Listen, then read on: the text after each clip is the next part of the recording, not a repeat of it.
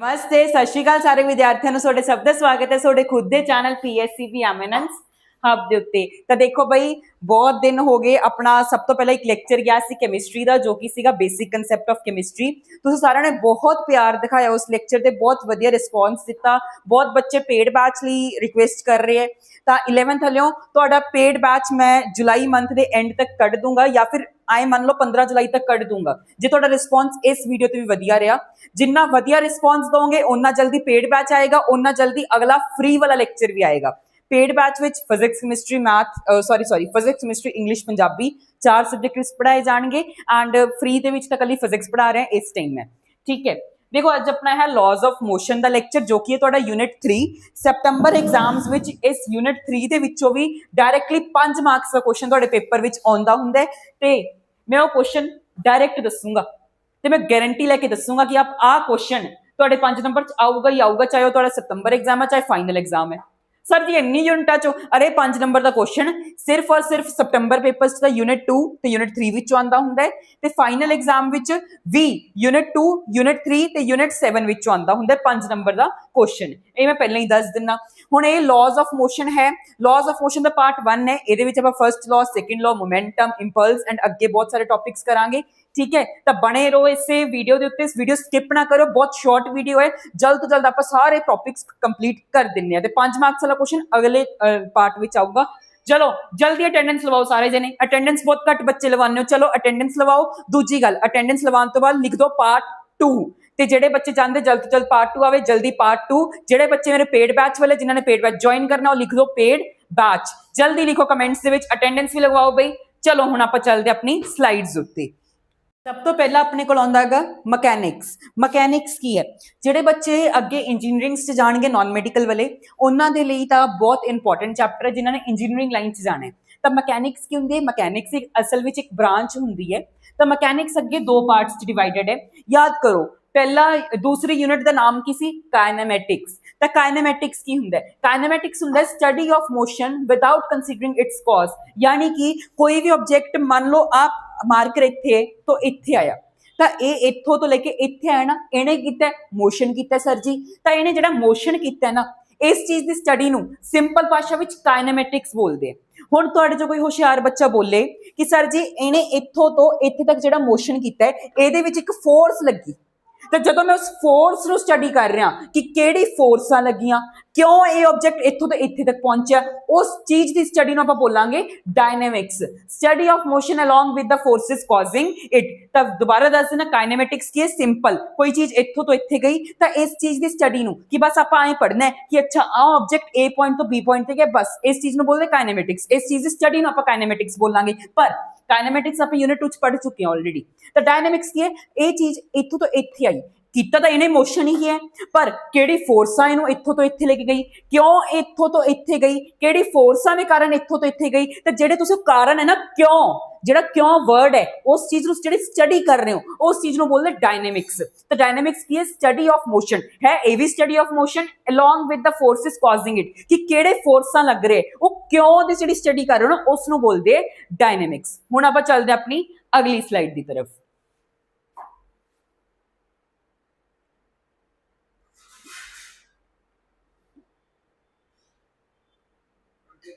हाँ जी, अगली स्लाइड अपनी फोर्स दी। फोर्स की हुंदा है फोर्स इज अ पुश और pull that can change the state of rest और मोशन ऑफ एन ऑब्जेक्ट। असल विच फोर्स की हुंदा है जदों किसी चीज़ नूं या तो धक्का दे रहे हो या अपने कने खिंच रहे हो तो उस चीज़ नूं आपां बोलांगे फोर्स। फोर्स दे नाल की हो सकता है। फोर्स सिंपल भाषा विच किसी चीज़ नूं धक्का देना या किसी चीज़ नूं अपने कने खिंचना। तो जदों मैं जिहड़ी या तो किसी चीज़ नूं धक्का दे रहे हो या किसी चीज़ नूं अपने कने खिंच रहे हो ना उस चीज़ नूं कहने आपां फोर्स। फोर्स की करदा है, फोर्स दे इफेक्ट्स की है। फोर्स किसी भी चीज़ की स्पीड बदल सकदा है। फोर्स की है किसी भी चीज़ की स्पीड बदल देगा। ऑफकोर्स सीधी जी गल है जे किसी नूं चीज़ नूं मैं धक्का मार रहा पहला मान लो 10 मीटर सैकेंड ते चल रहे जो धक्का मारे 15 ते चला गया तो स्पीड विच बदलाव लिया सकदा है फोर्स अपना। चेंज द डायरेक्शन, पहला मैं इस डायरेक्शन में जा रहा सी मैनू किसी ने इधरों धक्का मारा तो मेरी डायरेक्शन कुछ इदा होगी यानी कि मेरी डायरेक्शन बदल गई। तो फोर्स की कर सकता है सब तो पहले दोबारा समरी फोर्स की है किसी चीज़ नूं धक्का देना या खिंचना। दूजी गल फोर्स चेंज द डायरेक्शन, किसी भी चीज़ की फोर्स डायरेक्शन भी बदल सकता है, किसी भी चीज़ की फोर्स स्पीड नूं भी बदल सकता है, किसी भी चीज़ की फोर्स शेप भी बदल सकता है। सर जी ਸਾਨੂੰ ਚੇਂਜ ਆਫ ਸਪੀਡ ਕਲੀਅਰ ਹੈ, ਚੇਂਜ ਆਫ ਡਾਇਰੈਕਸ਼ਨ ਕਲੀਅਰ ਹੈ, ਪਰ ਸਰ ਜੀ ਚੇਂਜ ਆਫ ਸ਼ੇਪ ਕਿਵੇਂ? ਹੁਣ ਯਾਰ ਕਲੇ ਨੂੰ ਤੁਸੀਂ ਫੋਰਸ ਲਗਾ ਕੇ ਉਹਦੀ ਸ਼ੇਪ ਬਦਲ ਸਕਦੇ ਹੋ ਨਾ, ਤਾਂ ਇਸ ਤਰ੍ਹਾਂ ਤੋਂ ਆਪਾਂ ਫੋਰਸ ਲਗਾ ਕੇ ਸ਼ੇਪ ਵੀ ਬਦਲ ਸਕਦੇ ਹਾਂ। ਇਸ ਚੀਜ਼ ਨੂੰ ਆਪਾਂ ਹੋਰ ਜ਼ਿਆਦਾ ਬਰੀਫਲੀ ਪੜਾਂਗੇ ਆਪਣੇ ਉਹਦੇ ਵਿੱਚ, ਕੀ ਨਾਮ ਹੈ, ਯੂਨਿਟ 7 ਵਿੱਚ, ਮਕੈਨੀਕਲ ਪ੍ਰੋਪਰਟੀਜ਼ ਆਫ ਸੋਲਿਡ ਵਿੱਚ, ਠੀਕ ਹੈ। ਉਹ ਆਪਾਂ ਹਲੇ ਫੋਰਸ ਦੀ ਗੱਲ ਕਰ ਰਹੇ ਹਾਂ, ਤਾਂ ਫੋਰਸ ਕੀ ਸੀਗਾ? ਜਾਂ ਤਾਂ ਕਿਸੇ ਚੀਜ਼ ਨੂੰ ਧੱਕਾ ਮਾਰਨਾ ਜਾਂ ਕਿਸੇ ਚੀਜ਼ ਨੂੰ ਖਿੱਚਣਾ। ਫੋਰਸ ਦੇ ਇਫੈਕਟਸ ਕੀ ਹੈ? ਕਿਸੇ ਵੀ ਚੀਜ਼ ਦੀ ਸਪੀਡ ਬਦਲ ਸਕਦੇ ਆਪਾਂ, ਕਿਸੇ ਵੀ ਚੀਜ਼ ਦੀ ਡਾਇਰੈਕਸ਼ਨ ਨੂੰ ਬਦਲ ਸਕਦੇ ਹਾਂ ਸਰ ਜੀ, ਕਿਸੇ ਵੀ ਚੀਜ਼ ਦੀ ਸ਼ੇਪ ਨੂੰ। ਹੁਣ ਫੋਰਸ ਦੀ ਕੁਝ ਟਾਈਪਸ ਦੇਖ ਸਕਦੇ ਹਾਂ, ਜਿਵੇਂ ਕਿਸੇ ਚੀਜ਼ ਨੂੰ ਧੱਕਾ ਮਾਰਨਾ, ਜਿਵੇਂ ਆ ਲੇਡੀ ਇਹਨੂੰ ਧੱਕਾ ਮਾਰ ਰਹੀ ਹੈ। ਕਿਸੇ ਚੀਜ਼ ਨੂੰ ਖਿੱਚ ਕੇ ਸੁੱਟਣਾ, ਇਹ ਵੀ ਇੱਕ ਤਰ੍ਹਾਂ ਦਾ ਫੋਰਸ ਲਗਾ ਰਹੇ। ਮੈਗਨੈਟਿਕ ਫੋਰਸ, ਇਹ +2 ਕਲਾਸ ਵਿੱਚ ਪੜ੍ਹੋਗੇ ਤੁਸੀਂ, ਵੈਸੇ 10th ਕਲਾਸ ਵਿੱਚ ਵੀ ਪੜ੍ਹ ਕੇ ਆਏ ਹੋ ਨਾ, ਚੈਪਟਰ 10 ਕੀ ਸੀਗਾ ਤੁਹਾਡਾ? Magnetic effect of electric current. Gravity एक फोर्स है। फ्रिक्शन भी इससे चैप्टर का, ग्रेविटी आप यूनिट 6 पढ़ांगे, ये इससे मतलब इससे चैप्टर विच आपां फ्रिक्शन डिस्कस करांगे। एक्सलरेशन भी एक टाइप की फोर्स है। हुण आपां चलदे अपना अगला टॉपिक जो कि है इनर्शिया। हाँ जी, इनर्शिया की है? Inertia is the property of a body by which it resist any change in the state of rest और मोशन। इनर्शिया की हुंदागा? किसी भी बॉडी दी एक एहो जी चीज, मान लो, चलो बहुत वधिया एग्जांपल देना, मान लो मेरा मान लो कोई तुहाडे चों कोई बच्चा उठ के मैनूं कहे कि सर सानूं तुहाडा नेचर नहीं पसंद आया, तुसीं अपना नेचर बदल लो। कि मैं तुहाडे कहे ते अपना नेचर बदलूंगा? बिल्कुल भी नहीं। क्यों बदलूंगा? तुसीं हुणे कौन हो मेरा नेचर बदलने वाले? ईवन जे मेरे फैमिली मैंबर्स भी मैनूं कहणगे ना कि तेरा नेचर सानूं सही नहीं लग्या, तां मैं तां भी नहीं अपना नेचर बदलूंगा। तां जेड़ा मैं किसी काम, कोई चीज़ ने मैनूं काम करन नूं कहा ते मैं उस काम करन तो इनकार करता, जेड़ा मैं मना करता, इस चीज़ नूं बोलदे इनर्शिया। फॉर एग्जाम्पल हुण इन्नी ज़्यादा गर्मी है, सब नूं पता है, मैं तुहानूं कहां 2 वजे पूरी धुप दे विच जाओ बाहरों मैनूं कुछ लिया के दो, कि तुसीं लिया के दोगे? एसी विच बैठे हो, नहीं जाओगे ना। तुसीं मैनूं काम करन तो मना करता, तुसीं की कीता? किसी काम नूं करन लई जेड़ा मना कीता, उस चीज़ नूं बोलदे इनर्शिया। इनर्शिया की है? सब तो पहली गल एक प्रॉपर्टी हुंदी है of a body which resist यानी change in its states of rest और मोशन। यानी कि कोई भी चीज़ जे रेस्ट विच है ते मैं उन्हें मोशन विच लियाउण नूं कहां ते ओह कहे कि मैं तो यार रेस्ट विच ही रहना है, तो जेड़ा उन्हें मना कीता ना, उस प्रॉपर्टी नूं बोलदे इनर्शिया। यानी कि सिंपल भाषा विच इनर्शिया कुछ भी नहीं है। जदों कोई बॉडी रेस्ट विच पई है या फिर मोशन विच पई है ते तुसीं ओहदी स्टेट नूं बदल रहे हो, यानी कि उहनूं रेस्ट तो मोशन च लिया रहे हो या मोशन तो रेस्ट विच लिया रहे हो, ते जेड़ा इनकार कर रही है ना रेस्ट या मोशन विच आउण तो, उस चीज़ नूं बोलदे इनर्शिया। क्लीयर? इनर्शिया की है? कोई भी बॉडी जो चेंज लिया तो मना कर दे कि मैं रेस्ट विच नहीं जाना चाहती या मैं मोशन विच नहीं जाना चाहती, उस चीज़ नूं बोलदे इनर्शिया। इनर्शिया अगे 3 टाइप्स है, inertia of rest, inertia of motion, inertia of direction. Inertia of rest देखो, जिवें एक बुक पई है टेबल दे उत्ते, हुण इहनूं मैं मोशन विच लियाउण दी कोशिश करां ते बोले नहीं सर जी मैं तो रेस्ट विच, मैं रेस्ट विच ही रहना चाहूंगी, तो जिहड़ा इहने मना कीता ना मैनूं रेस्ट मोशन विच आउण तो, इस चीज़ नूं बोलदे inertia of rest. Inertia of motion, जदों कोई बॉल रोल कर रही है, जदों कोई बॉल रोल कर रही है तो वह की है? मोशन विच है, तो मैं उन्होंने आखां अरे बॉल तू बस रेस्ट विच आ जा, हुण मोशन विच ना, तो जेड़ा मैं उन्होंने रोक रहा ना कि तू रेस्ट विच आ, तो मैनूं मना कर रही है कि नहीं यार मैं तो मोशन विच, मैं मोशन विच ही रहूंगी, इस चीज़ नूं बोलदे inertia of motion. A direction, जदों एक डायरैक्शन विच तुसीं मूव कर रहे हो तो मैं तुहाडी डायरैक्शन बदलण नूं आखां, पर तुसीं आख दो नहीं सर जी असीं तां इस डायरैक्शन विच मूव करांगे, जेड़ा तुसीं मैनूं मना कीता, जेड़ा तुसीं रिजिस्ट कीता मैनूं चेंज, उस चीज़ नूं बोलदे इनर्शिया ऑफ डायरैक्शन। ये गल क्लीयर है? चलो बई हुण आपां चलदे अपनी अगली स्लाइड ते। Newton's first law of motion. A body at rest will remain at rest and a body in motion will remain continue moving at a constant velocity in a straight line unless acted upon by a net external force. Simple भाषा विच Newton दा first law आपनूं ये बोलदागा, जे कोई body rest ते है तो उन्होंने हजारों साल, 2000 साल, 100 साल, कितना मर्जी टाइम है रेस्ट ते ही रहूगी, अनटिल एंड अनलैस ओदे उत्ते कोई एक्सटर्नल फोर्स अप्लाई नहीं हो रहा। यानी कि जे मान लो मैं रेस्ट विच आ, तो न्यूटन जी के अकॉर्डिंग मैं हमेशा रेस्ट ते रहूंगा जिन्नी देर तक मेरे उत्ते कोई एक्सटर्नल फोर्स नहीं अप्लाई होएगा। जे कोई चीज मोशन विच है तो हमेशा वो मोशन विच ही रहेगी until and unless any external force is applied on it, यानी कि जिन्नी देर तक ओदे उत्ते कोई एक्सटर्नल फोर्स नहीं लग रहा। सर जी ये किवें पॉसिबल है? जे मान लो मैं कोई बॉल सुटती तो न्यूटन जी के अकॉर्डिंग वो बॉल मोशन विच ही रहनी चाहिए है, पर सर जी थोड़े टाइम बाद तो बॉल आपे रुक जाती है। अरे जवाकों तुसीं याद तो कर लो, एक बॉल के उत्ते किन्ने टाइप के एक्सटर्नल फोर्सिस लग रहे, एयर रेजिस्टेंस, एयर जिहड़ा फोर्स लगा रही है, ग्रेविटी, एक फोर्स लगा रही है। हुण मैं की बोलिया सी, जे कोई चीज मोशन विच है तो सारी उम्र मोशन विच ही रहेगी, पर जे उस बॉडी दे उत्ते कोई एक्सटर्नल फोर्स लग जांदा है तो वो बॉडी मोशन तो रेस्ट विच आ जाएगी। ते सीधी जी गल है, ओदे उत्ते एक्सटर्नल फोर्स लग भी रही है, एयर रेजिस्टेंस लग रही है ते अपनी ग्रेविटी भी लग रही है। तो ठीक है, ये बोलता है न्यूटन दा फर्स्ट लॉ। न्यूटन दा फर्स्ट लॉ की बोलता है, जे कोई बॉडी रेस्ट विच है तो हमेशा वो रेस्ट विच ही रहेगी जिन्नी देर तक उत्ते कोई एक्सटर्नल फोर्स नहीं लगेगा। जे कोई आ बॉक्स इत्थे पे है तो सारी उम्र 100 साल 200 साल 300 साल ये बॉक्स आई रहेगा जिन्नी देर तक इत्थे कोई एक्सटर्नल फोर्स नहीं लग रही।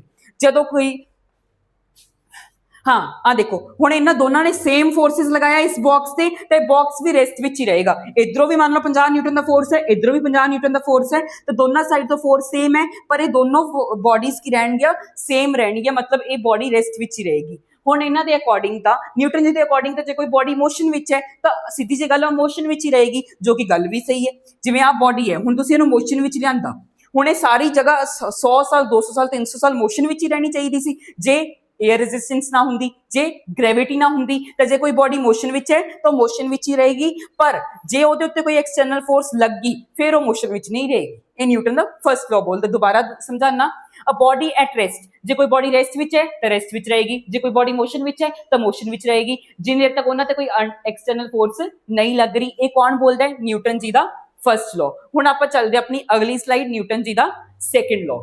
तां न्यूटन जी का सेकंड लॉ इहनूं आपां समझदे हां एक अगली स्लाइड दे उत्ते। हाँ जी, न्यूटन जी का सेकंड लॉ की बोलदा है, जेड़ा अपना चेंज इन मोमेंटम है, जेड़ा अपना rate of change of momentum है। हुण वर्ड रेट का मतलब हुंदा टाइम। जदों भी कितने फिजिक्स विच तुसीं पढ़ लो ना, rate of change of velocity, rate of change of momentum, rate of change of acceleration, चुप करके जदों वर्ड आ जाए rate of change of momentum, rate of change of velocity, चुप करके नीचे डेल्टा टी लगा देना। रेट का मतलब ही हुंदा है कि आपां टाइम नाल डिवाइड करना है। हुण न्यूटन जी का सेकंड लॉ की बोलदा सी, पिछली साइड ते चलदे हां। The rate of change of momentum is directly proportional to the applied force. ਤਾਂ अपना rate of change of momentum किदे directly proportional है? किसी भी बॉडी दे उत्ते जेड़ा external force apply हो रहा है। ये गल क्लियर है? सर जी दोबारा दस दो। अरे rate of change of momentum मतलब momentum नूं तुसीं time नाल डिवाइड करना है। rate of change of velocity आ जाए सर जी, वेलोसिटी नु टाइम नाल डिवाइड कर दो। Rate of change of acceleration आ जाए, एक्सेलरेशन नु टाइम नाल डिवाइड कर दो। यानी कि जदों भी तुहानू फिजिक्स दे विच किथे भी तुहानू रेट ऑफ चेंज ऑफ मिल जे ना, तो चुप करके उत्थे टाइम नाल की कर देना गा, डिवाइड कर देना है। ठीक है जी। हुण इन्हां ने बोलिया सी सेकंड लॉ की बोलिया सी, rate of change of momentum is directly proportional to force. ठीक है, हुण इदों पहला ना आपां ऐ करदे हां, आपां फोर्स मोमेंटम नु समझदे हां कि मोमेंटम की हुंदा है। एक दो पहला अगली स्लाइड पे, हाँ जी, मोमेंटम की है। मोमेंटम दा फार्मूला हुंदा है मास इनटू वेलोसिटी। मोमेंटम नूं आपां स्मॉल पी नाल शो करदे हां। मोमेंटम दे एसआई यूनिट्स की है केजी पर मीटर सेकेंड।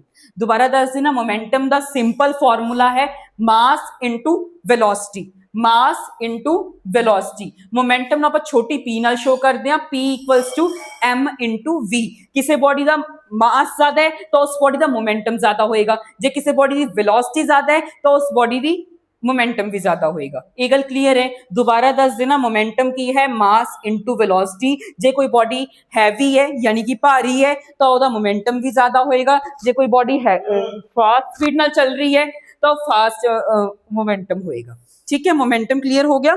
हुण आपां करदे अपना न्यूटन जी दा सेकंड लॉ। तो न्यूटन जी दा सेकंड लॉ की बोलदा सी आपां नूं कि rate of change of momentum is directly proportional to force acting on it. हुण sir ji direct medical non medical वाले हो ना, 11वीं विच एक आदत बना लो, और डायरेक्टली प्रोपोर्शनल का साइन ना कदे भी किसी फॉर्मूले विच रखना ही नहीं। इनू ना तुसीं नाल दी नाल चेंज करना हुंदा है। हुण बहुत बच्चे कहेंगे सर जी ये डायरेक्टली प्रोपोर्शनल की हुंदा है? डायरेक्टली प्रोपोर्शनल का ये मतलब हुंदा है, डायरेक्टली प्रोपोर्शनल का मतलब है जे फोर्स वधेगा तो मोमेंटम भी वधेगा। डायरेक्टली प्रोपोर्शनल का की मतलब है कि जे फोर्स वध रहा है तो नाल मोमेंटम भी वधेगा। जे फोर्स वधेगा ਤਾਂ ਮੋਮੈਂਟਮ ਵੀ ਵਧੇਗਾ। ਹੁਣ ਫੋਰਸ ਲਈ ਇਹ ਇਨਵਰਸਲੀ ਪ੍ਰੋਪੋਰਸ਼ਨਲ ਹੈ, ਡੈਲਟਾ ਟੀ फोर्स के नाल इनवर्सली प्रोपोर्शनल है। क्यों? क्योंकि डिनोमीनेटर विच है, ये न्यूमीनेटर विच है। तो इनवर्सली का मतलब हुंदा है जे डेल्टा टी वध रहे तो फोर्स घटेगा, जे फोर्स वध रहे तो डेल्टा टी घटेगा। दोबारा सुन के आओ कि जे डायरेक्टली प्रोपोर्शनल मतलब है जे फोर्स वध रहे तो मोमेंटम भी वधेगा, ते इनवर्सली का मतलब है जे फोर्स वधेगा तो आ घटेगा, जे आ घटेगा तो आ वधेगा। क्लीयर? हुण आपां साइंस वालियां नूं ना डायरेक्टली प्रोपोर्शनल पसंद नहीं है, ਆਪਾਂ ਕਦੇ ਵੀ ਇਹਨੂੰ ਅਲੋਈ ਨਹੀਂ ਕਰਦੇ, ਆਪਾਂ ਹਮੇਸ਼ਾ ਇਹਨੂੰ ਰਿਮੂਵ ਕਰਨਾ ਹੈ। ਹੁਣ ਇਹਨੂੰ ਰਿਮੂਵ ਕਿਵੇਂ ਕਰਾਂਗੇ, ਇਹਨੂੰ ਹਟਾਵਾਂਗੇ ਕਿਵੇਂ, ਉਹਦੇ ਲਈ ਆਪਾਂ ਨੂੰ ਇੱਕ ਕਾਂਸਟੈਂਟ ਲੈਣਾ ਪਏਗਾ, ਕਾਂਸਟੈਂਟ ਲੈਣਾ ਪੈਣਾ। ਠੀਕ ਹੈ ਜੀ। ਹੁਣ ਆਪਾਂ ਸਭ ਤੋਂ ਪਹਿਲਾਂ ਡੈਲਟਾ ਪੀ ਨੂੰ ਲਿਖ ਸਕਦੇ ਹਾਂ, ਕਾਂਸਟੈਂਟ ਲੈਣੇ ਆ ਜਿਵੇਂ, ਜੋ ਕਿ ਹੈ ਮੇਰਾ ਕੇ। ਠੀਕ ਹੈ ਜੀ। ਹੁਣ ਪੀ ਦਾ ਫਾਰਮੂਲਾ ਆਪਾਂ ਸਾਰੇ ਜਣੇ ਹੁਣੇ ਹੀ ਕਰਕੇ ਆਏ ਆ। ਪੀ ਦਾ ਫਾਰਮੂਲਾ ਸੀਗਾ के दी वैल्यू इत्थे मैं ले ली, के दी वैल्यू मैं ले ली 1। जे मैं के दी वैल्यू 1 लाऊंगा तो ऑटोमेटिकली मेरे को आ इक्वेशन बन गई। ठीक है जी। कांस्टेंट है के, तो अपना के की अपना एक कांस्टेंट है जिन्हें डायरेक्टली प्रोपोर्शनल का साइन हटाया। हुण पी का फॉर्मूला हुणे कीता सी जो कि सीगा मास इनटू वेलोसिटी। मास तो किसी बॉडी का चेंज नहीं हो सकता, मास तो हमेशा कांस्टेंट रहेगा, तो मास कांस्टेंट रहेगा, पर वेलोसिटी तो बदल सकती है। तब वेलोसिटी ਨੂੰ मैं लिखता डेल्टा वी। किवें आया सर जी? पी ਨੂੰ ਆਪਾਂ ਲਿਖਦੇ ਹੁੰਨੇ ਆ, पी ਨੂੰ ਆਪਾਂ ਲਿਖ ਦਿੰਦੇ ਮਾਸ ਇਨਟੂ ਵੈਲੋਸਿਟੀ। ਕਿਸੇ ਚੀਜ਼ ਦਾ ਮਾਸ ਥੋੜੀ ਬਦਲ ਸਕਦਾ ਹੈ, ਮਾਸ ਤਾਂ ਸੇਮ ਰਹੇਗਾ, ਪਰ ਇੱਥੇ ਡੈਲਟਾ ਪੀ ਸੀ, ਡੈਲਟਾ ਥੋੜੀ ਖਤਮ ਹੋਏਗਾ ਤਾਂ ਆਪਾਂ v ਦੇ ਨਾਲ ਡੈਲਟਾ ਲਗਾਤਾ, ਤਾਂ ਆਪਾਂ ਮੋਮੈਂਟਮ ਨੂੰ ਕੀ ਲਿਖਤਾ mass into delta v into delta T. ਹੁਣ ਹੋਏਗਾ ਮੇਨ ਖੇਡ, ਡਾਇਮੈਂਸ਼ਨਸ यूनिट 1। ਮੈਨੂੰ ਐਂ ਦੱਸੋ की नाम है, एक्सेलरेशन का फॉर्मूला की सी? सर जी भुले बैठे। एक्सेलरेशन सी मेरी चेंज इन वेलोसिटी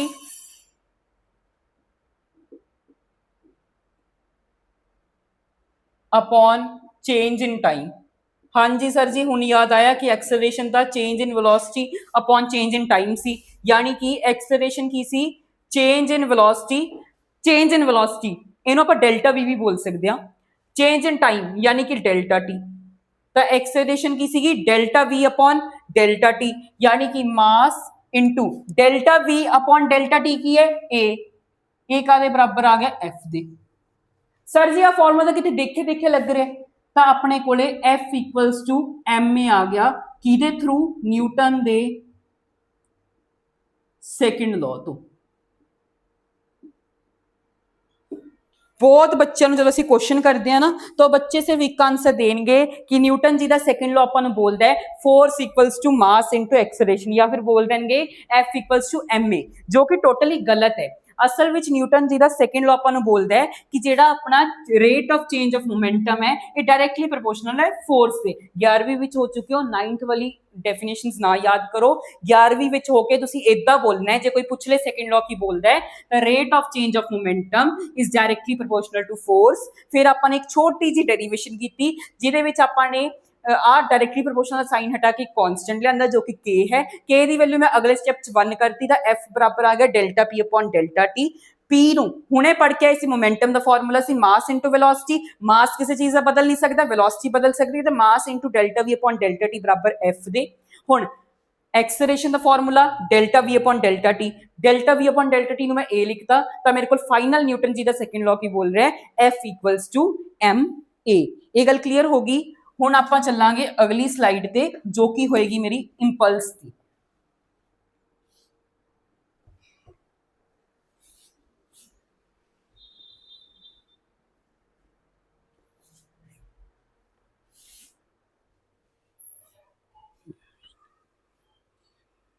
हाँ जी, हुण अपनी अगली स्लाइड है जो कि है इंपल्स की। इंपल्स की हुंदा है फोर्स इनटू टाइम। इंपल्स नूं आपां जे नाल भी शो कर दिंदे, कई टीचर्स इहनूं एफ नाल भी शो कर दिंदे। तो सिंपल जी गल है, इंपल्स का फॉर्मूला हुंदा है फोर्स इनटू टाइम। जेकर आपां इंपल्स के यूनिट्स की गल करिए तो वो हो जाएंगे न्यूटन सेकेंड। ठीक है, एक ना डेरिवेशन है छोटी जी 3 नंबर च आ सकती है कि इंपल्स नूं आपां बराबर करना है चेंज इन मोमेंटम दे। तो ये चीज़ प्रूव करते हैं। अपना नेक्स्ट टॉपिक आउंदा गा, आपने प्रूफ करना है कि इंपल्स बराबर है चेंज इन मोमेंटम दे। इंपल्स कादे बराबर है? चेंज इन मोमेंटम दे। तो हुण इहदे लई की करांगे, सब तो पहले तो आपां सब नूं पता है कि जिहड़ा फोर्स है वो बराबर हुंदा है D P upon D T दे। सर जी ये कदों दस्सिया तुसीं? भुल गए? यही वीडियो च कराया है, न्यूटन का सेकंड लॉ याद आ गया? तो न्यूटन का सेकंड लॉ की बोलता है, अपना जिहड़ा फोर्स है एक्सटर्नल फोर्स है वो डायरैक्टली प्रोपोर्शनल हुंदा change in momentum upon time दे। हुण उत्थों दी मैं के कू लै लू के बस इत्थे तक पहुंच गई, याद है ना? चौथा स्टैप यही सीगा। हुण डी टी उधर लै जाओ, फोर्स डॉट डी टी बराबर आ गया डी पी दे। हुण की करांगे आपां? इंटीग्रेट करांगे दोनों साइड दे। इंटीग्रेशन जिन्हों नहीं आती हुण सिख लो, integrating both side. F dot D T दी इंटीग्रेशन, इधर डी पी दी इंटीग्रेशन। ठीक है जी, एफ बाहर आ जाएगा, डी टी दी इंटीग्रेशन होएगी, इधर डी पी दी इंटीग्रेशन होएगी।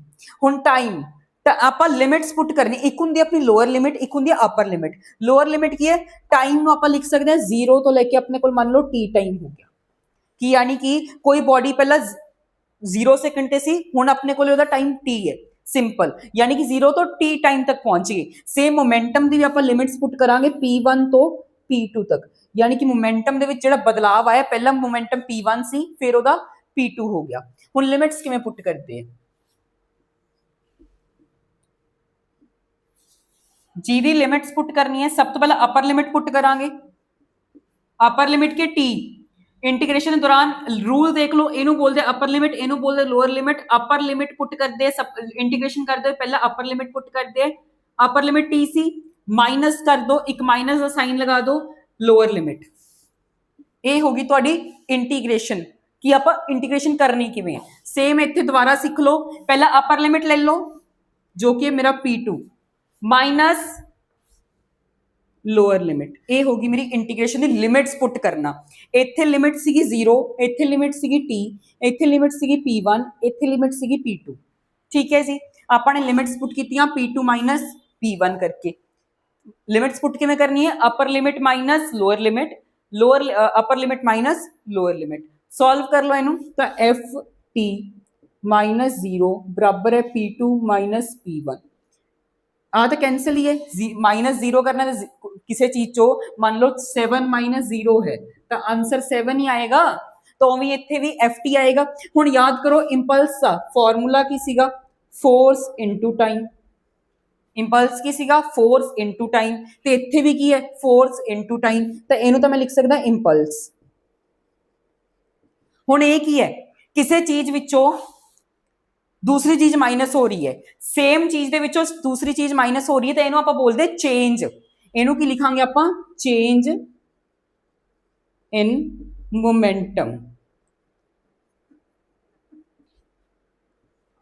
तो इंपल्स कादे बराबर आ गई? चेंज इन मोमेंटम दे। आपां प्रूफ भी यही करना सी। मान लो V2 माइनस V1 लिखे, तो इनू आपां की लिख सकते हैं? Change in velocity.